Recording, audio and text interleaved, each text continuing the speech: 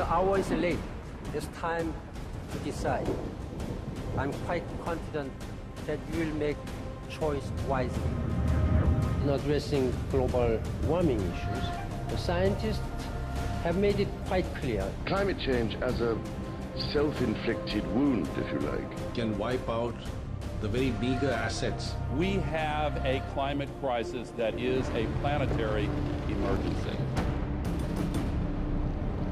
We are so close to the red line that perhaps we may wake up tomorrow and find that there's nothing to save after all. We have reached a point where we have a real emergency. The message should be clear. Climate change must take its place along those threats like conflict, poverty.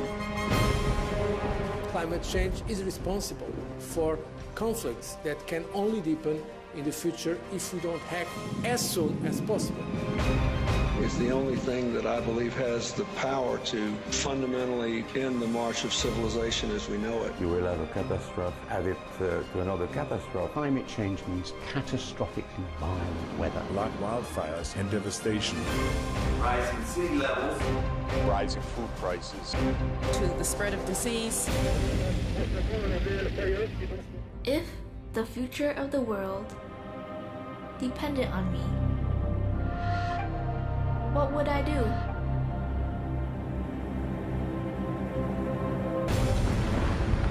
The North Polar ice cap is melting so fast. But what seems to me to be important is that some of the effects we are witnessing now are happening twice as fast as scientists were predicting just 5 years ago.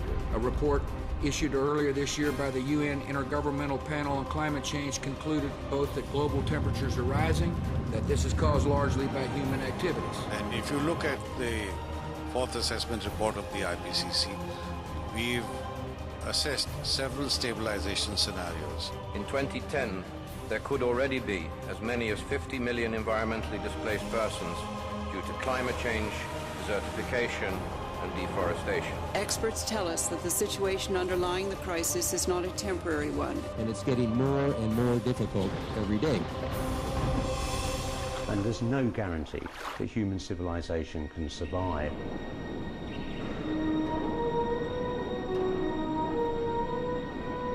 The doomsday clock of climate change is ticking ever faster towards midnight. We are simply not reacting quickly enough. Do we need to move faster to answer the question? Yes, we do, because we have less time than we thought we had. So climate change is obviously going to have a major negative impact. The scale and the pace of environmental change at the beginning of the 21st century are a serious wake-up call to us as human beings on this planet. We know without a doubt that global warming is a reality, and the question today is not is it happening and not is it bad, but what are we going to do about it? We are all part of the problem of global warming. Let us all be part of the solution. The challenge you face is to prove to people that you are serious about adaptation to the unavoidable. Meat production and consumption is hugely intensive in terms of carbon dioxide emissions. More than all cars, trucks, and ships added together. Unless we change our food choices, nothing else matters, because it is meat that is destroying most of our forests. It's meat that pollutes the waters. It is meat that is creating disease, which leads to all our money being diverted to hospitals. So it's the first choice for anybody who wants to save the earth. The food we eat and how it's grown and the kind of food we eat matters a lot. Everything comes with an environmental price. Beef production in particular. We consume far too much meat in this world.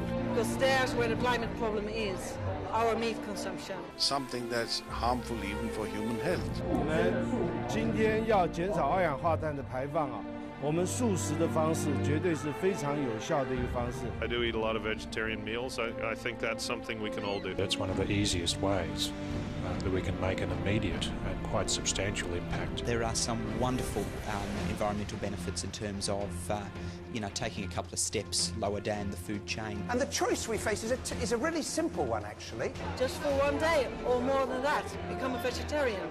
Let us approach climate change not simply as a looming future threat, but as a present opportunity to work together. The time for action is now. What can the government do to help? What can you do to help?